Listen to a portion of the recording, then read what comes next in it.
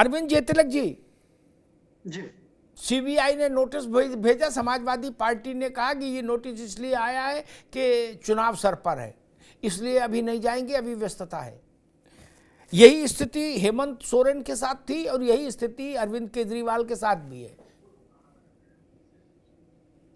अमिताभ जी देखिए, कानून की चक्की धीमी ही सही लेकिन बड़ा महीन पीसती है।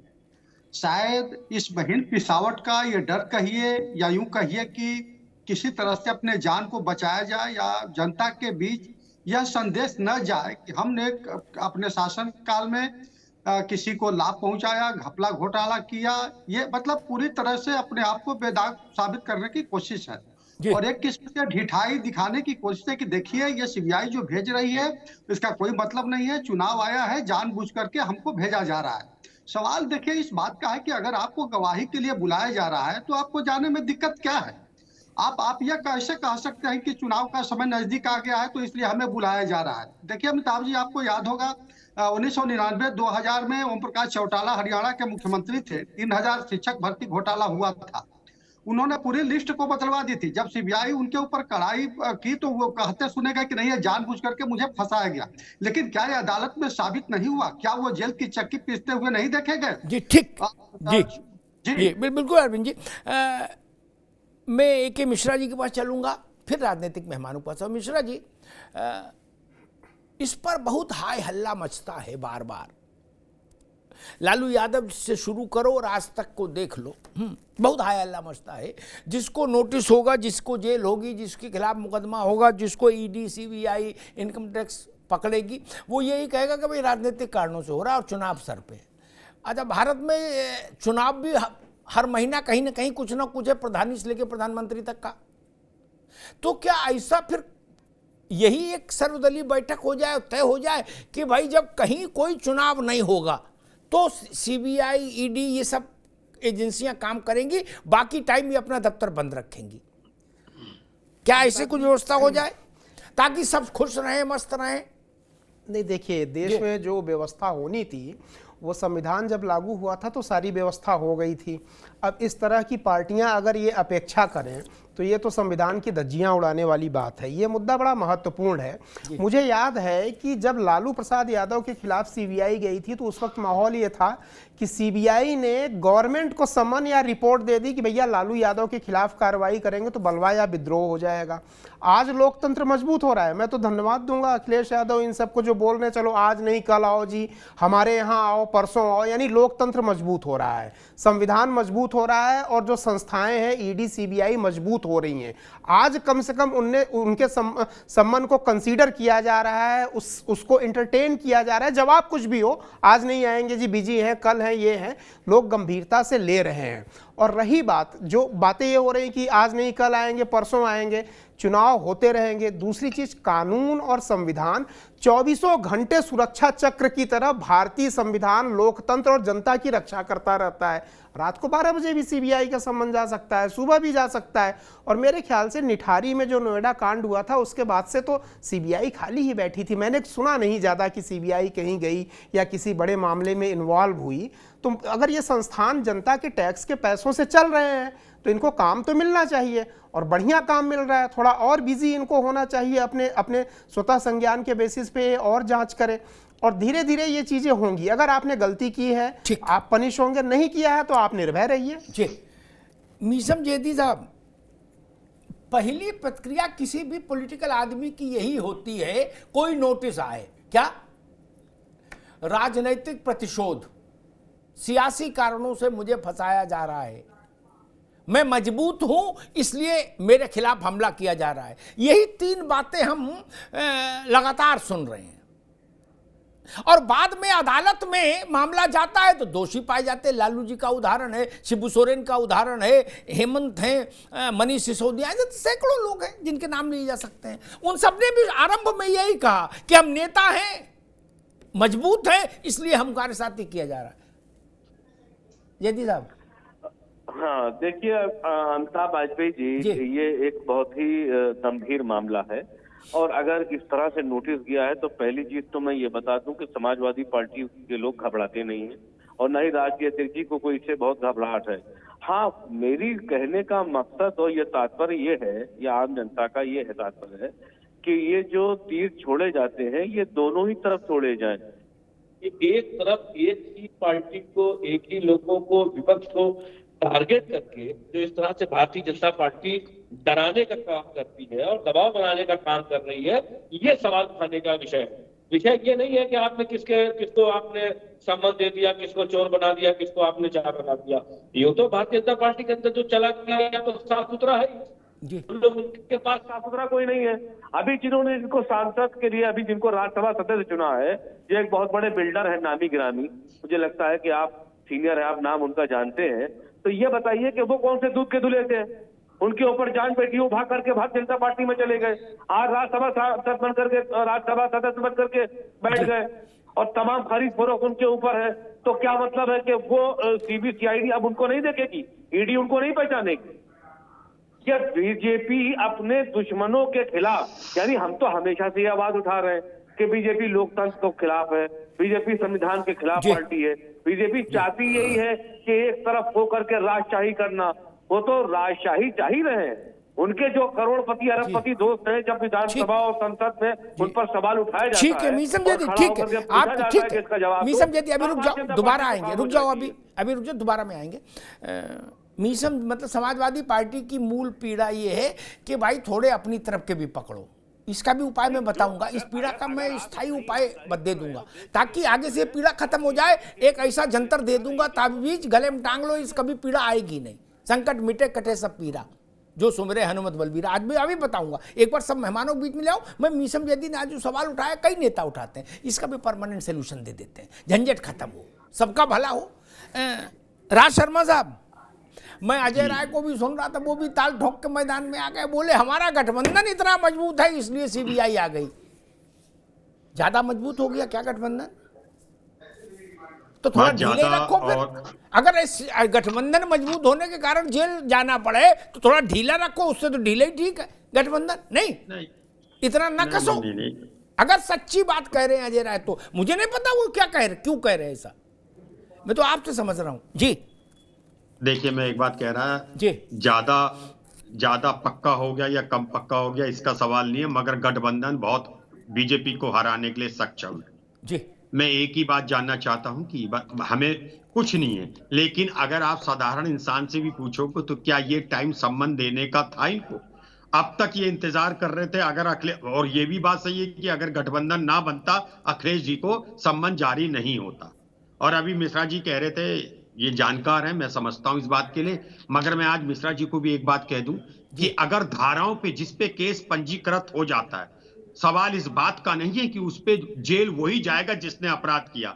70% आपको जेल में, और यहीं से गिना दूंगा 25 लोग कि बेटा कह रहा मर्डर तो मैंने किया था, पापा और मेरा साला जेल में। ये मेरी देखी हुई चीजें हैं। धाराएं जब लिख जाती हैं तो धाराएं अपने संग वही काम करती है जो धाराओं को करना होता है जी। सवाल इस बात का नहीं है कि जेल चले गया। सिसोदिया जी को जेल में है वो 1 साल से, इसलिए जज जमानत नहीं दे रहे हैं क्योंकि उन्हें उस कागज में चलना है। अल्टीमेटली सजा होने वाले कमी होती है। आप ही मुझे बता दीजिए, क्या ये टाइम था क्या? जी यही टाइम था इन्हें देने का। ठीक है राज भाई। और फिर एक और बात है, आपकी संजय सेठ को क्यों लड़ाया इन्होंने? जी ठीक है, अब एक ठीक आपने अच्छी बात कही।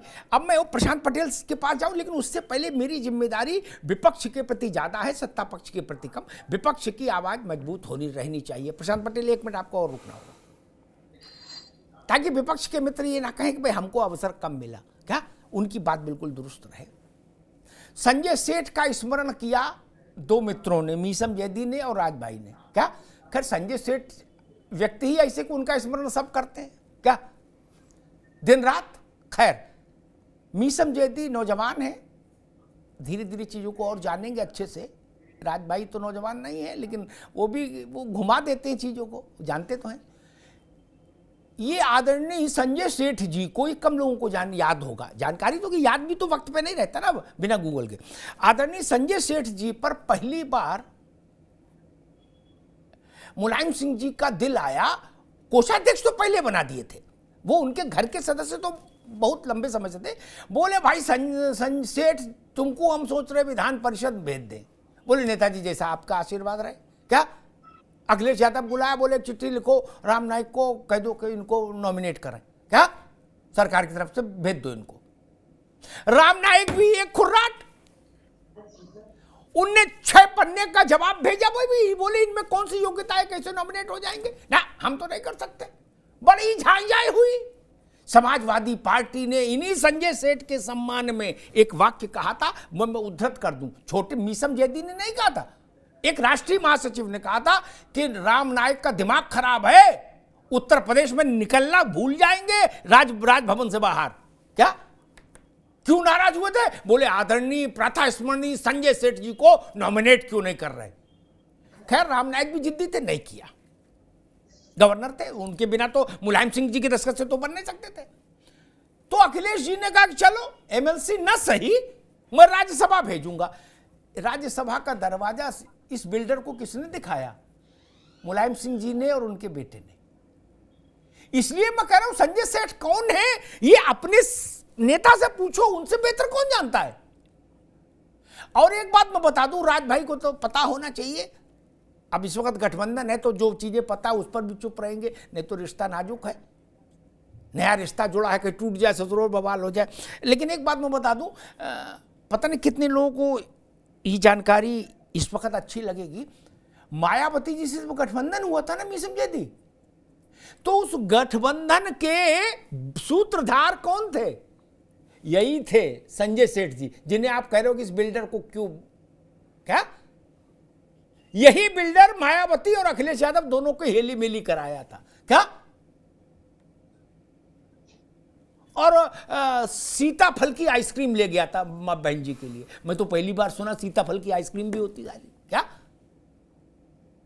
इसलिए ये बिल्डर बड़े काम का है, इसलिए इसके बारे में बोलो, सम्मान से बोलो, पता नहीं कल क्या स्थिति हो। और एक बात और ध्यान आ गई, मुझे ध्यान भी तो आ जाता है, प्रशांत पटेल, आलोक रंजन हार गए, विधायक भाग गए, सारी घटनाएं विपरीत हुई, लेकिन अखिलेश जी को दुखी मैंने देखा संजय सेठ के लिए। उन्होंने कल एक जगह कहा कि हमारे पास तो एक ही सेठ था, उसे भी भाजपा हमसे छीन ले गई। क्या उनके हृदय में पीड़ा है मीसम जैदी संजय सेठ के लिए। खैर ये मुझे संजय सेठ पर बताना था ताकि आगे का रास्ता साफ रहे। अब संजय सेठ का जिक्र नहीं हो। प्रशांत पटेल, अखिलेश यादव ने कहा कि चुनाव है इसलिए नोटिस आया। जैसे होता ना कि भाई हमारे मोहल्ले में आओ, बोले ना तुम हमारे मोहल्ले में आओ, तो स्थिति ये हो गई, सीबीआई ने कहा दिल्ली आओ, अखिलेश जी ने कहा लखनऊ आओ, यहीं आमना सामना होगा, देखा दिखाई होगी। लेकिन आरोप उनका भाजपा पर है कि हम मजबूत इतना ज्यादा है कि उससे घबरा के भाजपा ये चीजें करा रही है। जी अमिताभ जी नमस्कार। नमस्कार भैया। देखिए विपक्ष के साथियों को तो पहले समझना चाहिए कि ये जो नोटिस गया है एक आरोपी के तौर पर अखिलेश जी को नहीं गया है, एक गवाह के तौर पर गया है कि उस समय जो एफआईआर उस मामले पर हुई, खरन मामले में, उस पर आप गवाह के तौर पर बयान दर्ज कराइए। ये तो क्रिमिनल ज्यूरिस्प्रूडेंस है, न्याय प्रक्रिया होती है, कुछ को आरोपी के तौर पर जाता है, अगर कोई वहां पे गवाह है गवाह के तौर पे भी सम्मन जाता है, विटनेस समनिंग होती है कोर्ट में, कई सारे मामलों में होती है। तो इसका मतलब थोड़ा कि आप उसमें आप आरोपी हो गए या कोई आपके विरुद्ध कोई काम करे, न्यायिक प्रक्रिया है और न्यायिक प्रक्रिया में आपको शामिल होना पड़ेगा। आप वहां पे गवाह के तौर पे पेश होइए, आप बताइए कि आप उसमें मुख्यमंत्री थे, खनन विभाग आपके पास था, जो घटना हुई माइनिंग में जो भी पट्टे दिए गए किसकी अनुमति से दिए गए, कौन उसमें गया है, और आप सही है तो उसमें कोई सी सम्मान वाली गलत बात नहीं होनी चाहिए।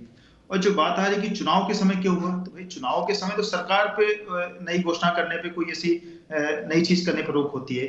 जो बाकी जो न्यायिक प्रक्रिया है, संवैधानिक संस्थाएं हैं, एजेंसी है, वो तो काम करना बंद नहीं कर देती हैं। अगर वो काम करना बंद कर देंगे तो फिर साल में तो 6 महीना वो सब प्रक्रियाएं सब बंद रहेंगी।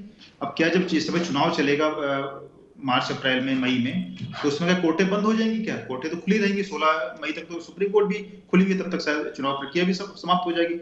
हो सकता है उस दरमियान भी किसी नेता के विरुद्ध कोई विरोध में निर्णय आ जाए, किसी पार्टी के पक्ष में आ जाए। डेली ऐसा होता है, किसी के पक्ष में निर्णय आता है, किसी के विरोध में आ जाता है। तो अगर ये विपक्ष का लॉजिक अगर समझा जाए तो फिर तो ये सारी संस्थाएं चुनाव के समय बंद कर देनी चाहिए।